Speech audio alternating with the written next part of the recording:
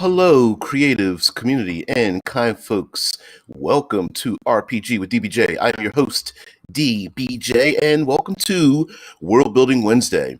For those who don't know, each week we take a subject and each day we deep dive into it based on a particular set of parameters. And this week we're talking about alchemy, yes, tabletop role-playing games and its use of alchemy. Essentially, in our fantasy role-playing games, but I'm sure you this is agnostic enough that you could use it for your other games other than say Dungeons and Dragons. Now, for those who don't know, this show is simulcast over on Twitch, YouTube, and our own Discord server, both the audio and visual elements of this show, so you can participate there as well. And of course, drop a comment at any time if you're unable to participate in this show live. Now, of course, Monster Monday and Discord Tuesday, where we talked a little bit about mechanical features, you can catch up there. But today, we are going to build our world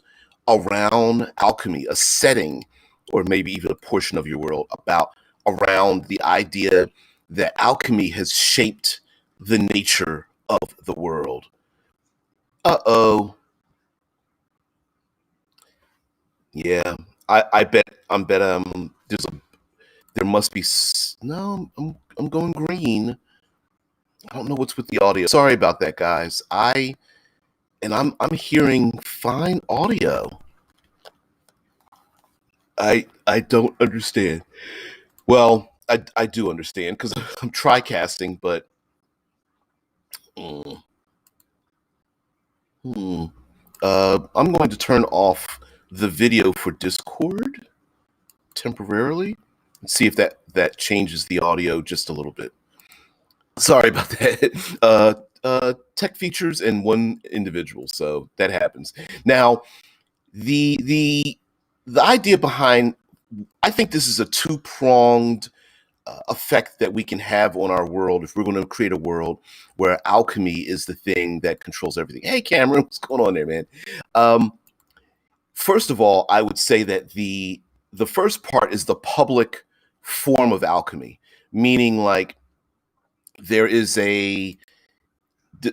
not necessarily that we're working off of the periodic table, but essentially that there are elements out there that the public is able to use, and with the proper skill and time and energy and resources, they are able to achieve great effects to their particular region. And possibly there would be many factions, governments, religious institutions, criminal elements would be in control of or try to control some of the materials needed for alchemy. Now, of course, we tend to default again to like potions or elixirs because those are the words that were used in Dungeons and Dragons. But a lot of chemical and alchemical processes scientifically come from not just liquids or created but liquids, but there's powders and effervescence, basically solids, liquids, gases, energies, and the effects that happen from them, or the energy needed to create the effect that you want, applying, taking chemicals and applying heat to them, or cold, or electrical stimulus, or what's the machine that spins around that a centrifuge or something, pressure, that kind of stuff. Using salt is a perfect example of a mineral that also has alchemical properties that we benefit from, because salt has been used to stabilize and to allow us to have foods that last a lot longer if you salt them or smoke them. Yeah, we were before going live. We were talking about a SpaceX launch, and Ogre's like 10 and a half hours until launch. You might be home from work, so you can see it then. Sweet. Why, thank you. Yeah, definitely. Absolutely. Thank you very much for keeping me up to date for that. I don't normally see each one live, but I would love to. And I'll probably have the opportunity to do that now. Now so um, I could imagine various factions. Now, this is like I said, two prong. So, on the public scale or the wider scale, I could imagine, say, people hoarding or protecting salt mines or silver mines or something. I could imagine there being particular types of crops or plant life that is being protected or hoarded. There would be various other chemicals out there or compounds that people could find. Maybe they're rare, and buying and selling and trading them on the open market. And of course, the end result of those that the people can use them. So um, having the origins of lots of your adversaries being born or created or transformed by force or choice through alchemical processes would probably be a thing. The local trolls might not have been born that way. Maybe they were criminals that had the option of either serving time in a dungeon or serving under a particular noble if they just drink these concoctions. And of course, we have to have ourselves some accidents out there, right? The typical invisible man that's permanently invisible, or the Dr. Jekyll, Mr. Hyde, where Mr. Hyde is released over, in terms of stress or full moon or anything like that.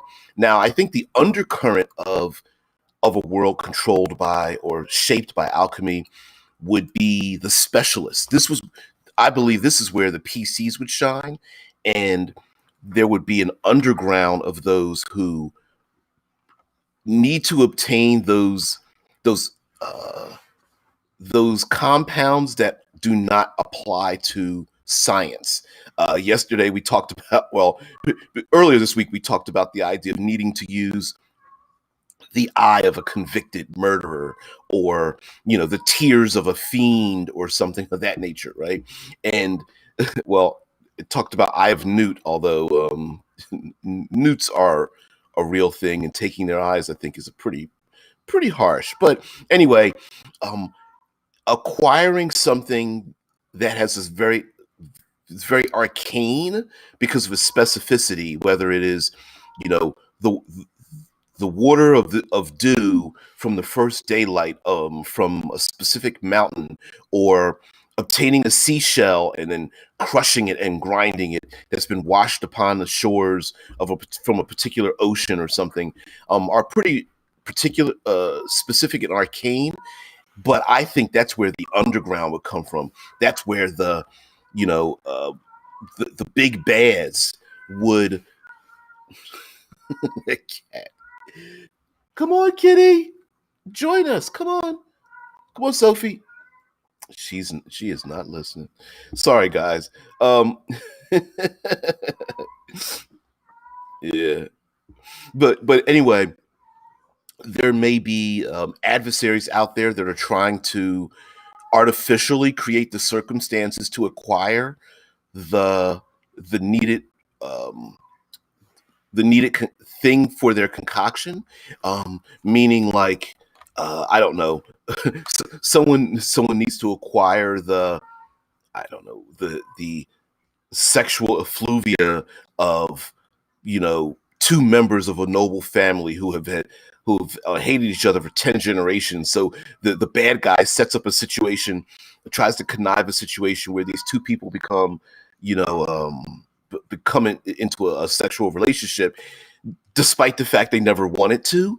But this person is conniving a way to do a thing, like, oh, speaking in each other's ears, like, this person is really wants to talk to you. I think they're attracted to you. Like, no, that would never be the case, or something. And then all of a sudden, like, this bad guy whose only purpose was to, like, obtain like a single drop of fluid or something, creates a situation that sparks like a war or whatever. But they're like, I don't care about the war, I just need this.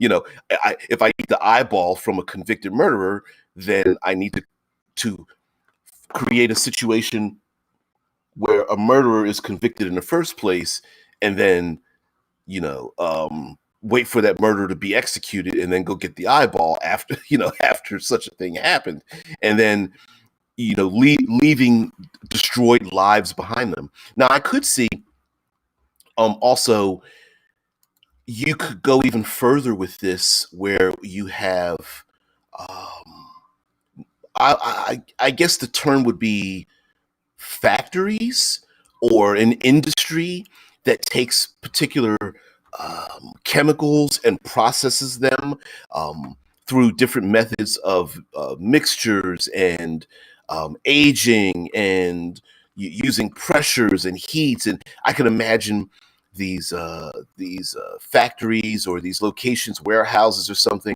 with people like stirring big cauldrons of noxious fumes with their faces covered, and tubes and piping, and uh, stuff being spewed out into lakes and whatnot. Um, you know, I could see very much like that kind of thing happening in this larger setting. But I can also see a part of the underground, the classic, let me go to the hag to get myself a love potion, or um, you know the oracle, or the apothecary that tries to cure a particular affliction or a disease, but the disease isn't a typical disease. It's like lycanthropy or something. Like, I could imagine that being the case. And the I'm calling it underground, but I believe I'm using the wrong words. I guess I'm thinking more or less the idea that they're, um, it as a similar nature to, say, your average person trying to go to your wizard to have some spell effect. Instead, there would be like herbalists or apothecaries or something, individuals that both are respected, but also in a weird way feared, because everyone knows that there's a bit of a cost to acquiring or using these elements. It's the biting of the apple that's been modified by dipped and modified by the old hag that wants to give it to put Sleeping Beauty to, put Snow White to sleep or whatever, right? It's the idea that the person who wants the love potion uh, is at their wit's end, and this is like their, um sorry about that, guys, with the kitty cat in the background.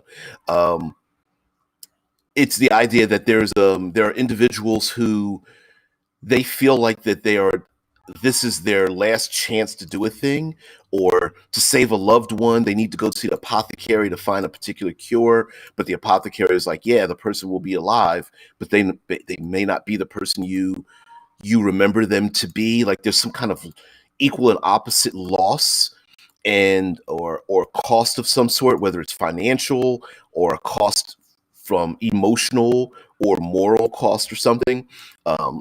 An example with a moral cost would be,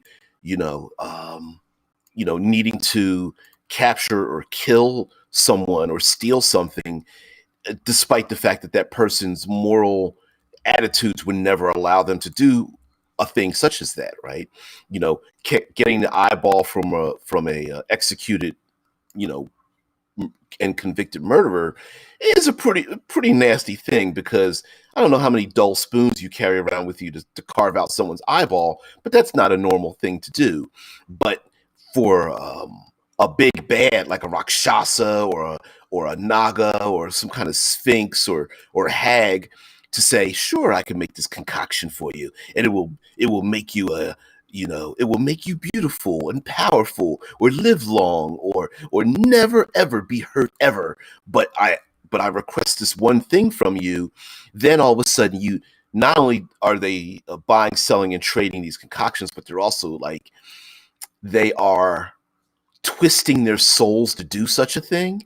And they're like, yeah, I got you in my back pocket because you did, I don't know, steal the glands from the second born child of your neighbor or something like that, and the child's never to be seen again, and you've got blood on your hands just to get this potion or whatever, you know. Um, and mind you, some of these things do not necessarily have to be temporary. Sure, in the game, drinking a potion or whatever, I drink a potion of growth or potion of invisibility or something, and it's a temporary effect, but there could be some permanent side effects for people. The Invisible Man and Dr. Jekyll, Mr. Hyde conundrum, where the person wants to become, godlike amongst men, and they think it's only temporary for them to, impress their neighbors, and all of a sudden, in the middle of the night, they break out in cold sweats and their body starts to shift. Right? Oma says in Philippine literature, in a superheroic tragedy entitled Capitan Sino or Captain Who by Bob Ong, the titular hero dies at the end because everyone wants a body part from him, as his cells are believed to cure a plague that has gripped the world. Gives me goosebumps now, as the plague in the book has similarities to our current situation. Ooh, that's pretty nasty and pretty good. Thank you, Dead Man. Yeah, 2009 novel by Filipino author.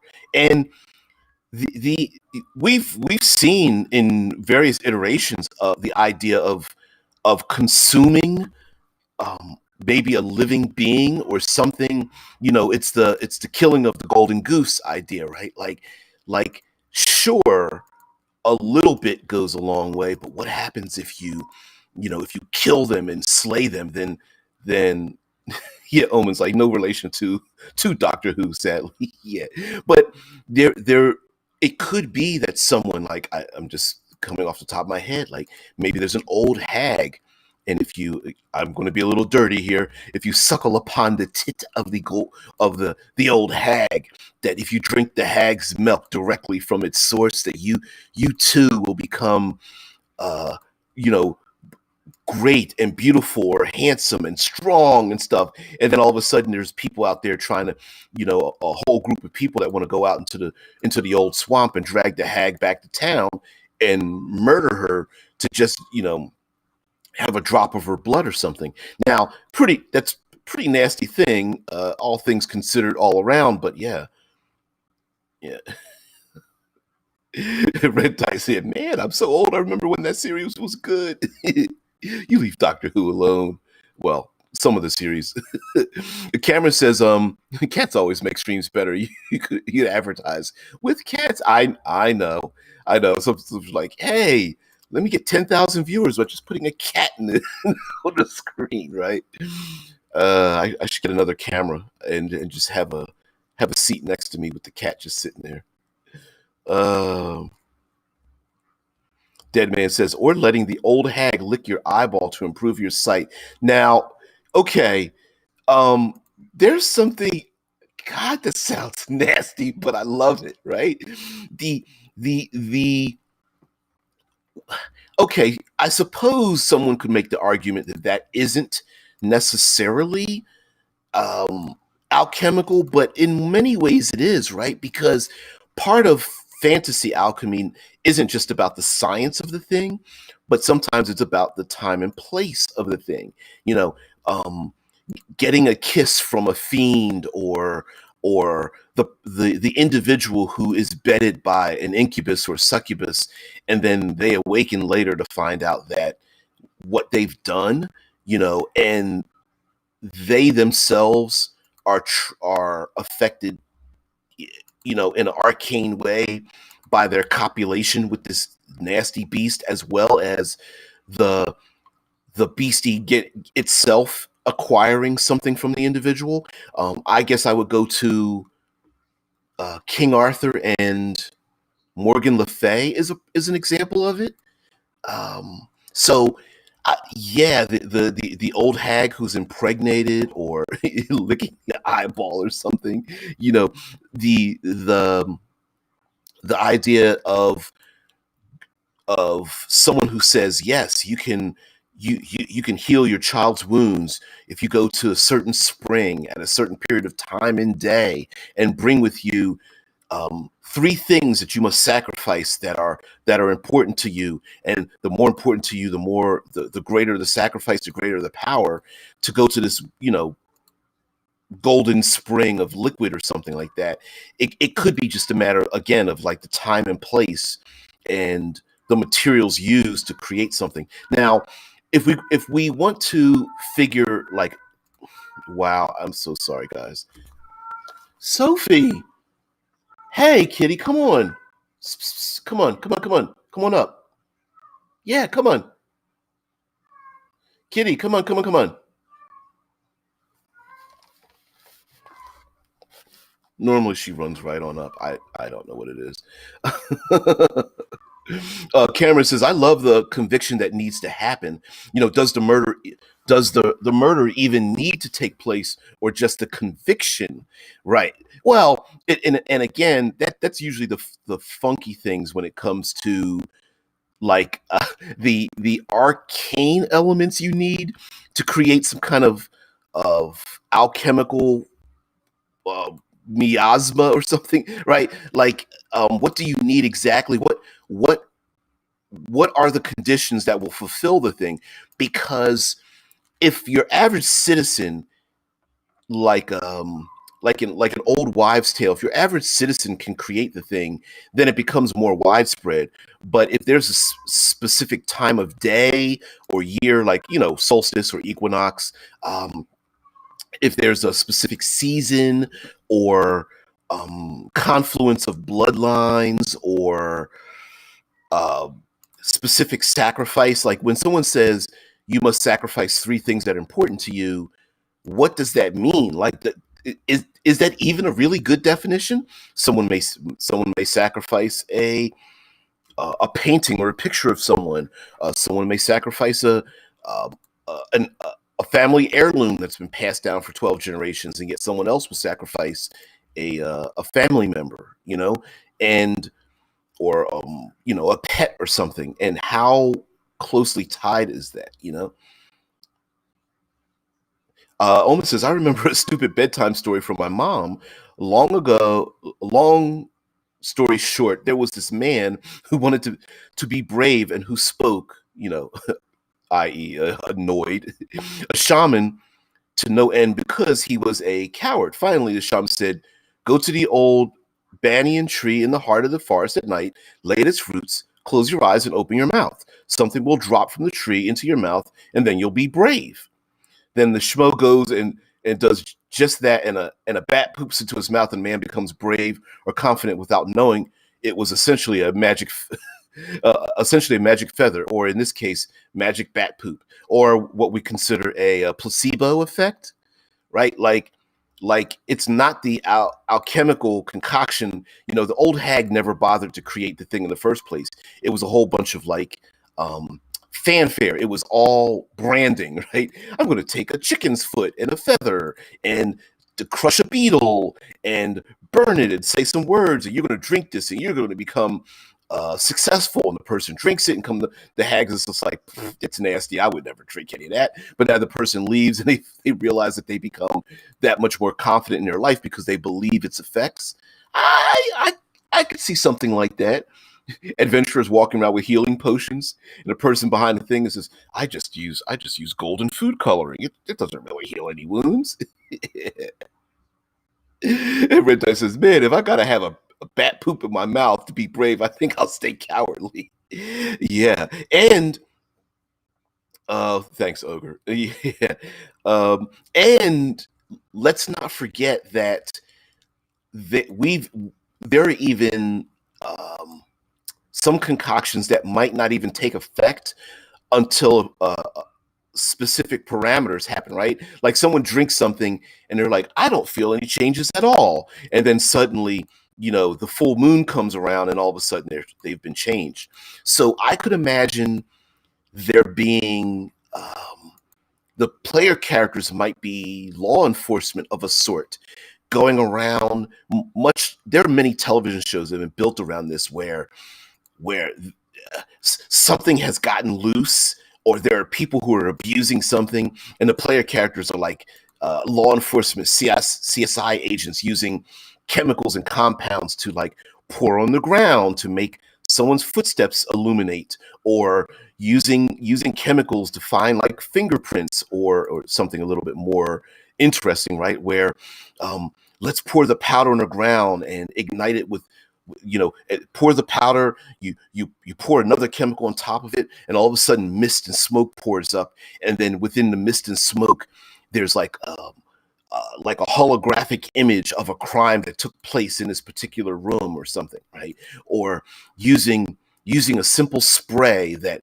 eliminates the tracks that you left in the sand, or hey, I'm gonna take the gum and chew the gum, and if as long as I'm chewing the gum, I can breathe underwater. If anyone remembers a Marine Boy on American television at some point, but yeah, yeah, yeah. Owen says some people would do anything for love. The man wanted to become confident so he could propose to his lady, and in many ways, instead of a world shattering, a lot of times in settings we have like the apocalypse where it's world shattering. The evil lich dominates the land and we have to stop the evil lich because everyone's been enslaved. But I could imagine this world being one in which, like above board, there really aren't very many changes, but behind the scenes, it's like the PCs have to go underground. They go down the dark alleys. They go into the dark woods because there are numerous other smaller. Hey, Rickard. There are numerous other smaller horrors happening that are starting to happen that are becoming larger, right? They're like the player characters are like the Men in Black. They're the ones who are stopping the proliferation of a bandit group that drinks a concoction that causes them to basically Hulk out, right? They drink the bandits normally. Maybe they live at the bottom of society.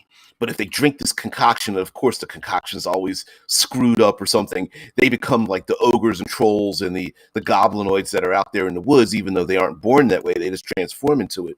Or maybe there is a noble family that has hired a league of assassins, and the assassins, drink concoctions to allow them to become like a doppelganger, or heck, even sneak into another noble's house and they drink a concoction and they turn into a chimera and blast the place, the smithereens, or they become a gargoyle and such, whether it's physically transforming them. Also, again, Alchemy. Thanks for the link there, Dead Man with Marine Boy. Yeah, I remember it anyway. Red Dice is, yeah, it is. That's what Meatloaf led me to believe. I would do anything for love, but I won't do that. Which might, I don't know, drinking Minotaur, suckling on the Minotaur milk, drinking the hag's milk, having the old hag lick your eyeball. Yeah, maybe you might not want to do those things. But I could imagine those being the things that people will do. And so I guess the setting for this could be described as, what would you do to get what you want, right? And it might not be a direct line of, oh, I would murder this person, I would steal a thing, but maybe it is doing people in, I say innocent, I'm going to say commoners doing the simple thing to achieve the greater end result. Because yeah, dead man, Minotaur milk, that ain't milk. Well, I made a little milk mustache, I don't get it. Yeah, Elman's like, maybe the Minotaur lady is pretty hot. Might want to share in the nippleage though. With the Minotaur lady. Cameron says, if you allow the thing sacrificed to be taken back after the ceremony because the magic only required the intent to sacrifice, do you think that would take some gravity from the player's situation? I don't know. Well, okay. Let's go down that rabbit hole, Cameron. Imagine I'm stealing this because this was a plot in a series I read, the Coldfire trilogy, by C.S. Friedman. But in it, there was a gentleman who wanted to make the world better, and the magic in this world was sparked by sacrifice. So the greater the sacrifice, the greater the power to achieve what you want. It was basically wish by sacrifice. And so the guy who was very pious, he was very for justice and life and wanted to see the world become a better place, brought his family together and took his wife and his 3 kids and sacrificed them to achieve something. And one of the things he wanted to do, he wanted to live long enough to see the church grow to fruition. And part of his pride, it is the evil part of it, was that he felt like he was the only one to shepherd it into the new world, for the generations to come. So he sacrificed his family. Now imagine a person getting ready to do this, but they don't end up killing their family, but they achieve their end result. But the family knows that they were brought to be sacrificed in the first place. Like, what happens then? If you were supposed to sacrifice someone and at the very, very last minute you didn't have to, how would they look at you then? How would the population look at you? Then comes the issue of, does the person who was about to do the thing actually do the thing to prevent others from knowing that they did the thing in the first place? I like, there's a lot of tension you could draw in that. And I could imagine some people being outcast because of the things that they wanted to do. I mean, imagine a knight or a paladin or attempting, feeling that they needed to sacrifice something. Let's say she was defending the land in her golden and silver armor, riding upon her white horse or something, but for some reason could just not she couldn't beat back the evils. But then she takes her husband and her kids and maybe a couple of other family members and goes to the top of the holy mound when the sun is at its highest peak, shining through the mountain valley or something, and she speaks some words of contrition or whatever, just before she gets ready to take a very sharp, intricate knife to the throats of her family. And then she's transformed into this angelic being to take out the enemies, because that's what she wanted in the first place, but she leaves her family alive, right? Do they go back to town and then cast this woman out who was the defender of the land in the first place, and she's now filled with holy power but could never return home or something? You can make some pretty good stories about that, especially when we talk about the classic, like lycanthropic styled curse. Thanks, Harry. Thank you for the coffee. I will add in I will pour in some almond milk. Boy, this stuff is so nutritious. Wow. It would be a shame if they didn't. Oh, wow. That's like nectar of life. Support the channel. Anyway, the the idea that people have been changed and are motivated more by emotion than by plans. Like, how many times have we had a world where it's like, oh, someone wants great power because they're power hungry? Instead, I could imagine a setting like this where it's more emotional.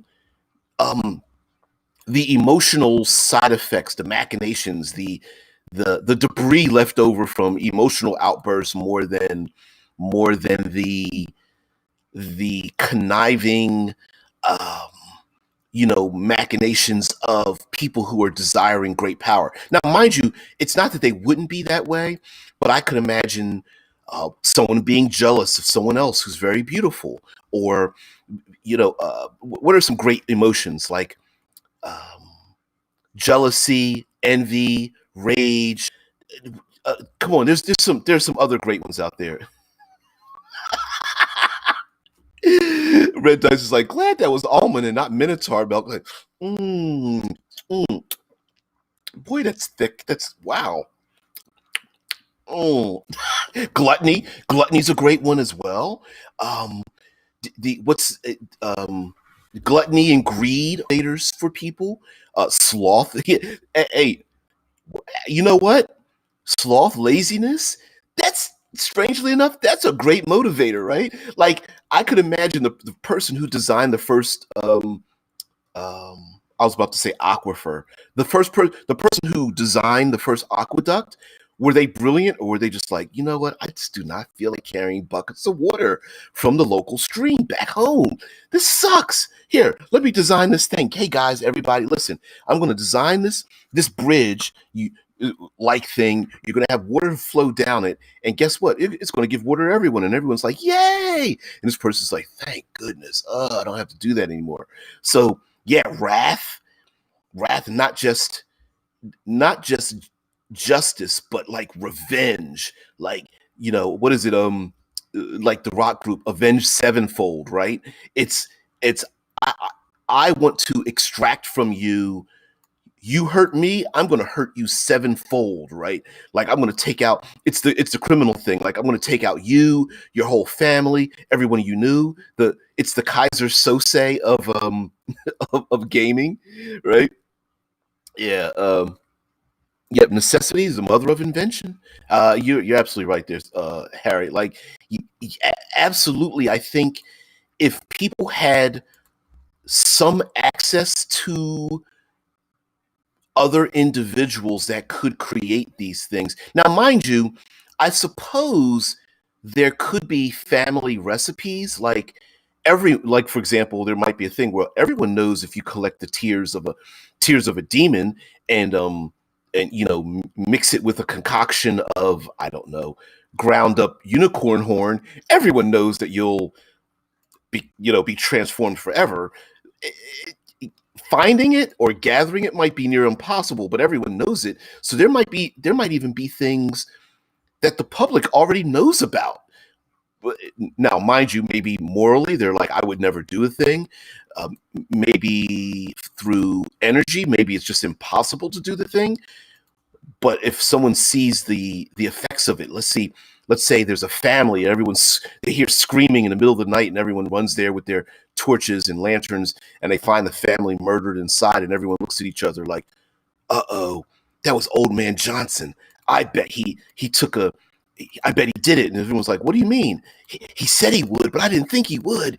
He made a concoction that would turn him into a foul beast to take revenge on everyone who harmed him. And everyone's like looking around at themselves like, there's going to be 7 murders? Like, yeah, I've always heard when you transform, you will commit at least 7 murders before you stop, And so maybe he transformed into a werewolf to literally commit 7 murders against 7 people that he perceived harmed him, and the PCs need to stop it before the 7 murders. Of course, if they don't stop it after the 7 murders, maybe the person transforms back to human. And so you see, like, you're following this line of like, oh, maybe the people do know a thing. The Blind Lurker says a Full Metal Alchemist, where they find out their alchemy was causing harm in another reality. Yeah, much like it's the idea of, I'm going to create a fireball, but you're taking fire from somewhere else. It could be that alchemy has that link that someone tells you, like the old hag tells you, if you take this potion of love, it means that you will create that somewhere else in the world, someone you don't know will be filled with ultimate hate, right? And the person's like, I don't care if it's somebody I don't know, whatever. So they take the potion and they give it to their loved one, and so of course they're the person that they want them to fall in love with, they fall in love with them, but then the person they don't know, which might be that individual's ex that you didn't know, now is consumed with ultimate hate, right? Yeah, it could be.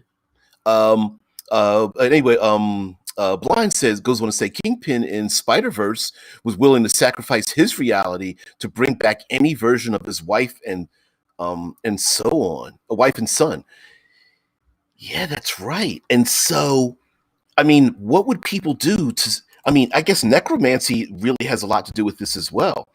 I'm going to get to you, Dead Man and Omen, but yeah, necromancy has a lot to do with this. If your loved one died, what would you do to bring them back? And a lot of people would go to all the way to the point of sacrificing someone else. Heck, we even have the human beings are made up of various chemical compounds and elements. If someone were to gather all that together plus their loved one, maybe they could bring them back. But the person who has again, going to the classic the old hag is like, you really don't want to do this. You don't want to, like, no, I want them to come back. And they're like, okay, but if they come back, that opens the door. They might bring something else with them.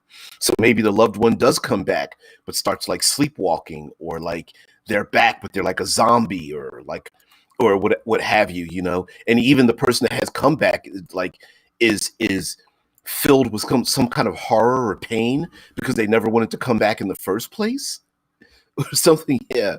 Um, yep. So anyway, Owen says, I remember Denzel Washington saying, I'm going to take your family apart piece by piece. You hear me? Piece by piece. Yep.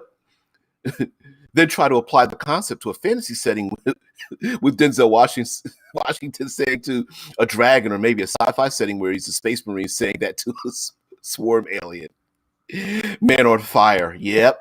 I remember that movie, Man on Fire. Yeah, and who knows? Who knows? Could you imagine someone that wants to get revenge on someone and their shadow turns alive to enact the revenge that they only dreamt of? So, sure, they talked about it, but they didn't really think it would happen. But they drank the concoction, and suddenly at night, or maybe during the day, their shadow leaves, and people are looking at them like, you don't have a shadow. And they're looking down like, I sure don't. Where the hell did my shadow go? And their shadow's going around performing all of these evil acts. Yeah, Dead Man says the 7 deadly sins are lust, gluttony, greed, sloth, wrath, envy, and pride. And most emotional things probably fit into those categories, don't they? Right? Like, I mean, you could use different words, thesauristically, but a lot of evil comes about through those 7 deadly sins, I have to say. Um, yeah, Harry says, alchemy, second step to true science. If if it uses real science, then yes, alchemy does flow towards that. Because we even what did we joke around about yesterday? Like bartenders and chefs are kind of alchemists. Herbalists and apothecaries the same way. Apothecaries are probably more scientific. You could claim that an herbalist, which isn't necessary, which is scientific itself, you could make like a shaman or a witch doctor is far more fantastical. Um, yeah, Red Dice says you don't want a freak or some shit's coming after you because you've been tapping into their plane for all those fireballs you've been throwing. Yeah, I love the equal and opposite cost idea, because I could imagine, like, let's say a character, uh, the PCs are all influenced by alchemy in some effect, but maybe me, I love Displacer Beast. Maybe drinking a particular concoction means that other monsters can smell you. They can sniff you out because you've taken such a thing, or maybe a rare ingredient was stolen from some place, and the people that watch over those rare ingredients want it back, much like stealing the gold out of the pot of gold at the end of the end of the rainbow, and the fey creatures want to get that gold back. Maybe there's something like that. Yeah. Is that a bot? That seems like a bot. Anyway, Legally Blind says, hardest part about being a public necromancer, no one will let you raise a family. Yeah, I know there's a big trope in Dungeons and Dragons, like, well, why can't I play a good necromancer? And I'm like, because nobody wants you taking their grandma on adventures with you. Like, that's There's something socially unacceptable about the idea that you're going to raise somebody else's grandma out of the grave just because you don't want to fall into a pit trap in a tomb of horrors. Yeah, no. You may think you're being good, but everyone else is like, hell no. You can't take my dead grandma on adventures with you. Put her back in the ground. Red Dice says you could play a literal Iron Chef. Yeah, you sure could. Heck, we could go. We could make a big circle and into what is it? Eating the monster manual, not manual, but the menu all, where you're making concoctions out of different creatures and eating them and drinking them. Well, you know what? There is I'm going to call it a trope because I don't want to offend any particular culture, but there is a thing where, oh, what is this name? The army of fire shall burn the fire itself. General Gugelos? All right, General, but what if they raise a evil person to torture not only its soul, but also its body? I think you're talking about eh, I, I could see where an example would be um, okay, s- someone wants something but they don't get it in the manner in which they wanted it. So, for example, someone is raised from the dead, but their body comes back, but it's not their mind. Or someone wishes for their loved one to come back and their mind comes back, but they're in a body that they didn't necessarily want, right?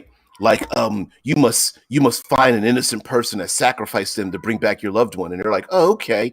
So they get some rando but what ends up happening is the sacrifice is that the rando's per soul gets removed out of their body and their loved one goes into the sacrificial person's body, which might not match gender wise or age wise, um, racial wise or whatever. And then the soul of the person that was sacrificed in the first place becomes like a banshee or a ghost that tries to haunt the person that committed this act in the first place. I'm feeling like this kind of setting could be extremely personal rather than globe changing. Yeah. Omen says in Ironclaw Second Edition, it's an available class. Unfortunately, much like Warp Magic and Warhammer, it has many dangerous side effects. Um, Innocent people get sick or possessed. I'm talking about necromancy. Yeah, there I very much could see the equal and opposite, the bad things happening to people that want a certain thing. But let's talk about some options, right? Like we did go down a deep path about are you really playing an alchemist if you're just reskinning a wizard? Um, I could see most player character options having something to do with alchemy in the first place. For example, imagine, if you will, wizards and sorcerers and such, even clerics or something, who only have those capabilities if they consume a particular thing, right? We know that in some religions they have religious sacrifices. An example would be, say the television show Vikings.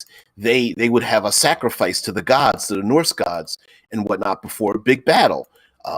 You could have something where you must consume the flesh of your enemies if you want to go that dark into it, although not necessarily.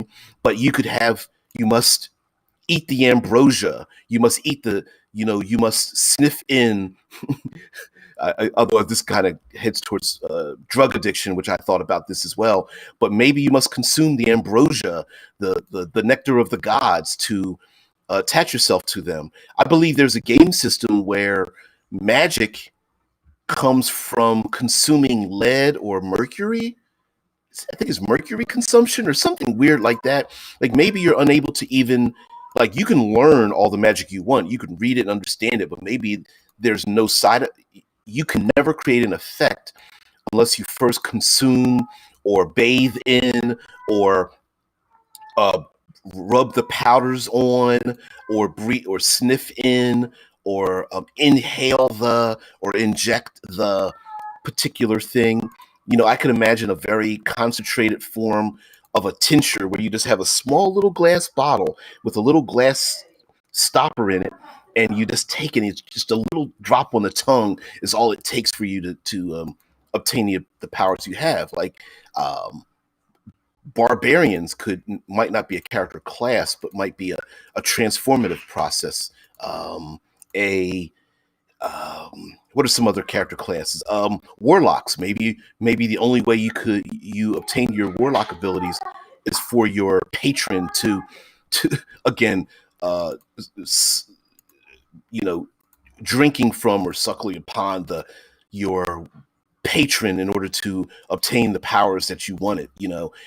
That'd be pretty nasty, but also a lot of great stories for that as well. So anyway, guys, we are coming towards the end. We of course, with this world building, we've got tons of enemies you can come upon. I mean, technically, a lich is an alchemical process of sorts. It's ritualized, but very easily alchemical. Maybe there are things out there in the wild, um, a, a bubbling brook or a pond with thick,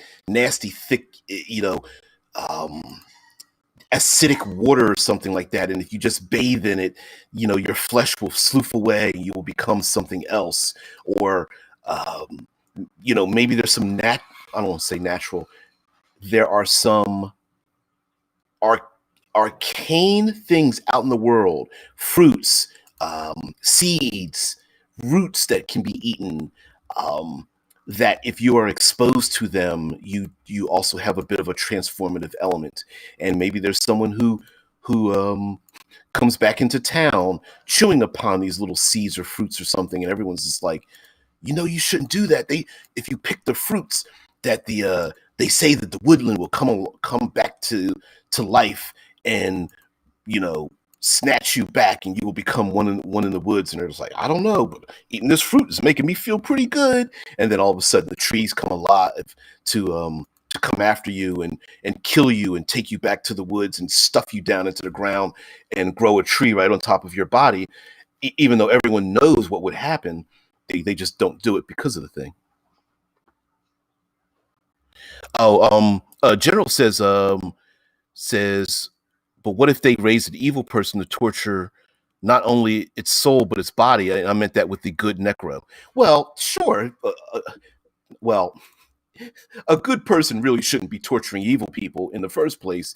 But yes, you are very correct. Like, what if a good necromancer tried to do something and they either accidentally brought back someone who was evil, or turned someone evil that was normally good, or they tried to do something for a good manner, like bringing someone back from the dead.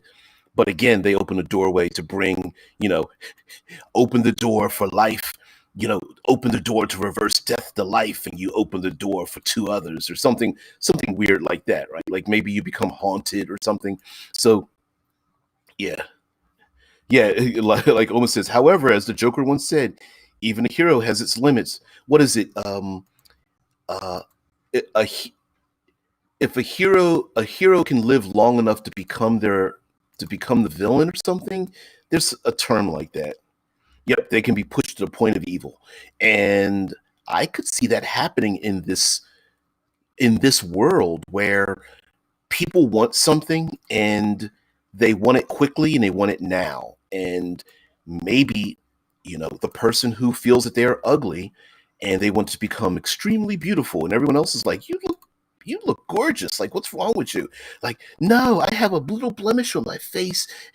I look ugly. I want to get the concoction that will, if I rub this cream on my face, I'll become the most beautiful person in the world. And maybe they, to themselves, when they look in their own reflection, they're like, oh, I'm very beautiful. But to everyone else, they look like a Medusa or something, right? Um, Deadman says it's a line from The Killing Joke. I forgot about that. Yep. So anyway, guys, we have come to the end. Sorry, I didn't mean to cut you off there, guys, but we have come to the end. I really appreciate all of you hanging around. Tomorrow is Third Pillar Thursday, which represents the third pillar of exploration, where we get to talk about the environment, and that's my little specialty. I'm a self-appointed dictator when it comes to things like that. But anyway, guys, yeah, just support the channel, like, share, subscribe. Heck, go over to Twitch and become a follower over there. I would really appreciate it because it will help me become an affiliate. Anyway, guys, have a great one. I will see you later.